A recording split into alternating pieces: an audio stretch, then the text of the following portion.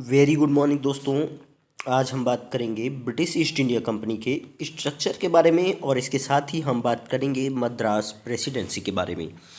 हम लोग जानें कि द जनरल कोर्ट एक ऐसी संस्था रही है जिसमें से बहुत सारे व्यापारी वर्ग के लोग सम्मिलित हो जाते थे और जिसके बाद वो लोग वार्षिक तौर पर बैठक किया करते थे और उसी बैठक से 24 कोर्ट ऑफ डायरेक्टर्स का चुनाव किया जाता था। 24 कोर्ट ऑफ डायरेक्टर्स, जिन्हें पूर्व में कमेटी के नाम से भी जाना जाता था। यह court of director he responsible थी कि भारत में कौन कौन से व्यापार होंगे और इसके साथ साथ भारत भेजे गए जो भी सामग्रियाँ रही हैं या जो भी जहाज़ रहे हैं और रिटर्न में जब कुछ सामान भारत से लौट कर इंग्लैंड जाएगा तो उसको कहाँ पर बेचा जाएगा, इन सब चीज़ों के लिए द कोर्ट ऑफ डायरेक्टर्स जिम्मेदार था। इसके साथ साथ जितने भी प्रकार के निर्देश दिए जाते थे वो सब के सब द कोर्ट ऑफ डायरेक्टर्स के नाम से दिए जाते थे और यही निदेशक मंडल के रूप में जाना जाता था। हम बात करेंगे कि ब्रिटेन में इन्होंने अपना स्टाफ रखा था, सेक्रेटरी बनाए हुए थे, अकाउंटेंट थे, ऑडिटर रखे हुए थे, कैशियर रखे हुए थे और चीफ क्लर्क रखे हुए थे, जो कि ब्रिटेन में इन सब चीज़ों की जांच किया करते थे कि भारत जाने वाली व्यापारिक कंपनी कितना लाभ वहाँ से ला पा रही है और इसके साथ साथ कितने प्रकार के सामग्रियों को भारत से लाया जा रहा है। इतनी सभी चीज़ों की जो भी जानकारी रहती थी वो कोर्ट ऑफ डायरेक्टर्स की ये पूरी की पूरी कमेटियाँ किया करती थी। फिर इसके बाद हम बात करेंगे कि कोर्ट ऑफ डायरेक्टर्स इसके अलावा और क्या कार्य करते रहे हैं। तो आप देखेंगे कि इसके मोस्ट इम्पॉर्टेंट कार्यों में ये दो कार्य सबसे ज़्यादा इम्पॉर्टेंट हो जाते हैं। एक तो खरीद और दूसरी बात प्राइवेट ट्रेड, यानी सभी लोग एक कंपनी के रूप में प्राइवेट ट्रेड किया करते थे।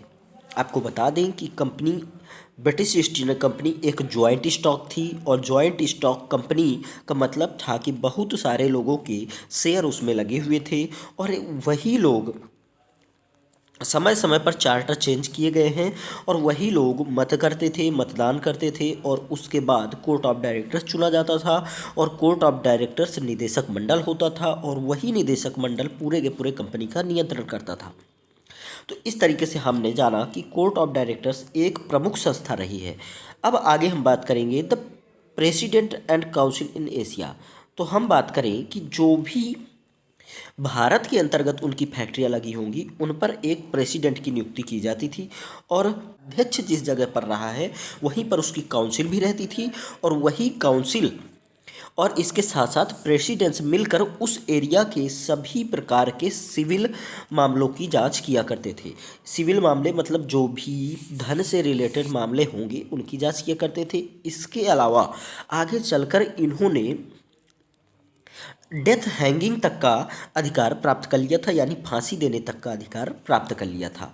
फिर आप देख रहे होंगे कि इसी प्रेसिडेंट और काउंसिल के साथ सब ऑर्डिनेट फैक्ट्रीज की स्थापना की जाएगी, यानी जो भी फैक्ट्रीज रहेंगी उन पर नियंत्रण किसका रहेगा, प्रेसिडेंट का रहेगा। तो अगर हम बात करें कि पहली प्रेसिडेंसी कौन सी थी जो कि भारत में स्थापित की गई थी, तो हम बात करेंगे कि पहली प्रेसिडेंसी का नाम था सूरत। सूरत ही आपकी पहली प्रेसिडेंसी थी और जहाँ पर प्रेसिडेंट रहता था, अध्यक्ष रहता था और उसकी काउंसिल रहती थी। अगर हम बात करें कि पहली नगर पालिका कौन सी जो कि भारत में स्थापित की गई थी, तो पहली नगर पालिका भारत में मद्रास थी, मद्रास। और पहली नगर पालिका की स्थापना के साथ ही वहाँ पर एक नगर पालिका का मेयर कोर्ट भी बनाया गया था। तो इस तरीके से हमने दो चीज़ों का डिस्कशन कर लिया है। अब आगे हम जानेंगे कि भारत में आपने देख लिया था, कल आपने देखा था कि बॉम्बे में 1668 पर जिस तरीके से आधिपत्य किया गया। अब आज बात करने वाले हैं कि मद्रास प्रेसिडेंसी की स्थापना किस प्रकार से हुई और मद्रास का कैसे कैसे करके विकास हुआ। तो सबसे पहले बात की जाए कि 1639 के दौरान, 1639 की बात थी और इस दौरान चंद्रगिरी एक प्लेस था और वहाँ के राजा से कंपनी ने मद्रास पर शासन करने और इसके साथ साथ किला बनाने और सिक्का ढालने का अधिकार इस शर्त पर प्राप्त कर लिया था कि हम लोग जो भी इस बंदरगाह से जो भी लाभ होगा वो उसका आधा हिस्सा हम लोग राजा को देंगे। इस तरीके से कंपनी ने वहाँ पर कुछ मात्रा में अपने अधिकार में मद्रास की भूमि को कर लिया था। फिर हम लोग आगे बात करेंगे कि 1641 की बात है। 1641 में एक फोर्ट की स्थापना की जाती है और जिस फोर्ट को आप फोर्ट सेंट जॉर्ज के नाम से जानते हैं। ये आप फिगर पे देख पा रहे होंगे कि फोर्ट सेंट जॉर्ज ये है और अब इसे म्यूजियम बना दिया गया है। ये अभी तमिलनाडु में पड़ रहा है। तो 1641 में फोर्ट सेंट जॉर्ज की स्थापना की जाती है और फोर्ट सेंट जॉर्ज के अंदर ही जितने ब्रिटिशर्स लोग रहते थे वो सब फोर्ट सेंट जॉर्ज के अंदर रहते थे। और आपको एक एक चीज़ मैं और बताना चाहूँगा कि फोर्ट सेंट जॉर्ज ही भारत का पहला ब्रिटिश किला था। भारत का पहला ब्रिटिश किला था, यानी पहली बार जो बनाया गया था किला वो मद्रास में बनाया गया था। और इसके बाद आप आगे चलकर देखेंगे कि कलकत्ता में भी एक किले का निर्माण किया गया था। तो हम लोगों ने इतना कुछ डिस्कशन किया। अब हम लोग जानेंगे कि कैसे कैसे करके कंपनी द्वारा अलग अलग तरीके से विभिन्न क्षेत्रों को प्राप्त किया गया। तो हम सबसे पहले बात करेंगे एंड्रयू कोगन की। ये एंड्रयू कोगन का नाम अपने ऐतिहासिक रूप से हम लोग नहीं जानते होंगे, लेकिन एंड्रयू कोगन का रोल बहुत अहम रहा है मद्रास के विकास के लिए। एंड्रयू कोगन जो थे वो मसूलीपट्टनम की फैक्ट्री जो थी मसूलीपट्टनम में उनका प्रमुख हुआ करते थे, उनके प्रमुख थे ये। और इन्हीं के अंतर्गत फ्रांसिस डे उस समय कर्मचारी थे। एंड्रयू कोगन के अंतर्गत ही फ्रांसिस डे कर्मचारी रहे हैं। इन्होंने देखा कि 1637 की बात है और उस दौरान इन्होंने मसूलीपट्टनम से बाहर जाकर फ्रांसिस डे को यह देखने के लिए भेजा कि कहीं हम एक फोर्ट की स्थापना कर सकते हैं क्या, क्योंकि उस समय आप देखते हो कि विभिन्न प्रकार के राजा लड़ते रहते थे और जिसके कारण कंपनी को एक सिक्योरिटी की ज़रूरत थी। और इसीलिए उन्होंने देखा कि मसूलीपट्टनम के बाहर जब उन्होंने निरीक्षण किया तो उन्होंने कुछ भूमि को चिन्हित किया और इसके बाद विजयनगर साम्राज्य के अंतिम राजा पेड़ा वेंकट राय से उन्होंने उस भूमि को खरीद लिया जिसे आप आज मद्रास के नाम से जानते हैं। पेड़ा वेंकट राय की राजधानी ही थी चंदगिरी। तो इस तरीके से एंड्रयू कोगन का रोल यहाँ पर अहम हो जाता है। अब हम बात करेंगे फ्रांसिस डे की। फ्रांसिस डे 1605 से लेकर 1637 तक रहे हैं और आप देखें कि वो एडमिनिस्ट्रेटर के तौर पर उन्होंने कार्य किया है। सबसे पहले मैं आपको बताना चाहूँगा कि ब्रिटिश ईस्ट इंडिया कंपनी सबसे पहले मद्रास में अपने एजेंट रखती थी। वो ऐसे लोग होते थे जिन्हें कुछ न्यायिक मामले में शक्तियाँ प्रदान की जाती थी और वो लोग शक्तियों का प्रयोग करते थे उस संबंध में न्याय करने के लिए। तो हमने बात कर ली है एंड्रयू कोगन की। एंड्रयू कोगन फर्स्ट एजेंट रहे हैं कंपनी के। इसके बाद फ्रांसिस डे एजेंट बनते हैं जो कि आप देखेंगे कि सेकेंड एजेंट रहे हैं 1643 से लेकर 1644 तक। फ्रांसिस डे को ही कोगन के साथ मद्रास का संस्थापक माना जाता है। आप इस चीज़ पर भी गौर करें कि फ्रांसिस डे मद्रास के संस्थापक के तौर पर माने जाते हैं। एंड्रयू कोगन का भी एक अहम रोल था क्योंकि वही मसूलीपट्टनम कारखाने के प्रमुख थे और आप जानते हैं कि उनकी आज्ञा के बिना फ्रांसिस डे आगे नहीं गए रहे होंगे। तो सेकंड एजेंट के तौर पर फ्रांसिस डे ने काम कर लिया। तो फ्रेंड्स, अब हम जानेंगे कि किस तरीके से धीरे धीरे गांवों को अधिग्रहित करने का काम स्टार्ट हुआ। तो आप देखेंगे कि सबसे पहला जो एरिया अधिग्रहित किया गया मद्रास के अंतर्गत उसमें त्रिप्लिकेन नाम था उसका। और त्रिप्लिकेन के बाद 1693 में 3 गांव और अधिग्रहित किए गए कंपनी द्वारा, जिन्हें एगमोर, पूरा सावकम और टोंडियारपेट के नाम से जानते हैं। इन 3 विलेजेस और इसके साथ साथ त्रिप्लिकेन को मिलाकर 4 ओल्ड टाउन के नाम से जाना जाता था। 4 ओल्ड टाउन, इसे आप 4 ओल्ड टाउन के नाम से जानेंगे। तो ये 4 ओल्ड टाउन हो गए। फिर इसके बाद आप देखेंगे आगे कि 1500 रुपये की पैगोडा राशि वार्षिक जो कर प्रदान किया जाएगा कंपनी द्वारा, और उस कर पर स्वीकृत होकर उस समय दाऊद खान द्वारा 1708 ईस्वी की बात है, ये 1708 ईस्वी की बात है। और इस 1708 में दाऊद खान जो कि मुग़ल नवाब था उसके द्वारा 5 गांव कंपनी को और ग्रांट में प्रदान कर दिए गए, जिनमें आप देखेंगे कि तिरुवोटियूर, इसके साथ साथ नुनगंबाकम, व्यासरपैडी, काथिवकम और इसके साथ साथ सातनगाड़ू।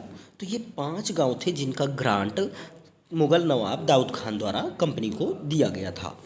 फिर इसके बाद आप देखेंगे कि इन्हीं 5 गाँव को मिलाकर 5 नए गाँव के नाम से जाना गया, जिसे आप 5 न्यू विलेजेस के नाम से जाना गया। 5 न्यू विलेजेस के नाम से इन्हें जाना जाएगा। फिर इसके बाद देखेंगे कि ये दौर था 1717 का, और इस दौरा में एक मंडल जाता है, एक कहें कि एक दल जाता है जॉन सरमन के नेतृत्व में, और उस दल द्वारा फारुखसियर के दरबार में ये कुल मिला के एक कहें कि रिक्वेस्ट रखी जाती है, और इस रिक्वेस्ट के फलस्वरूप फारुखसियर इन 5 गांवों पर पूर्ण अधिकार प्रदान कर देता है कंपनी को। तो इस तरीके से ब्रिटिशर्स ने पहले 4 विलेजेस और इसके बाद 5 विलेजेस प्राप्त कर लिए थे। फिर आगे हम बात करेंगे कि और कौन से गांव ब्रिटिश कंपनी द्वारा प्राप्त किए गए।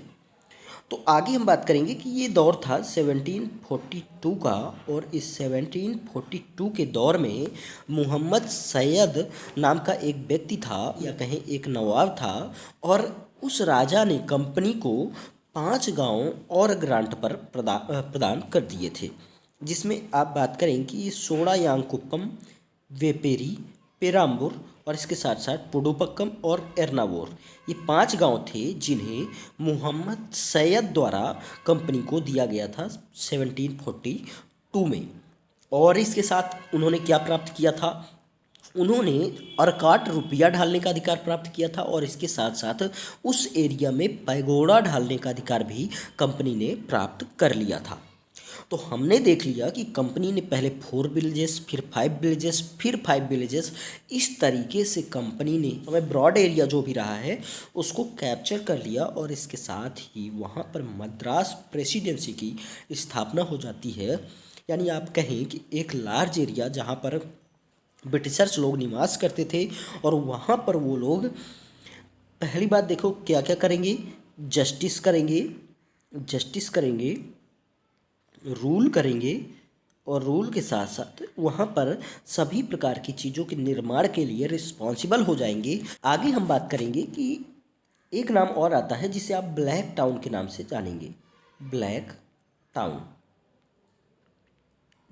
का नाम भी बहुत ज़्यादा फेमस है। और ब्लैक टाउन आखिरकार था क्या? तो हम कहें कि चेन्नई का एक क्षेत्र था शुरुआती दौर में, और ब्रिटिश काल में से ब्लैक टाउन के नाम से जाना जाता था।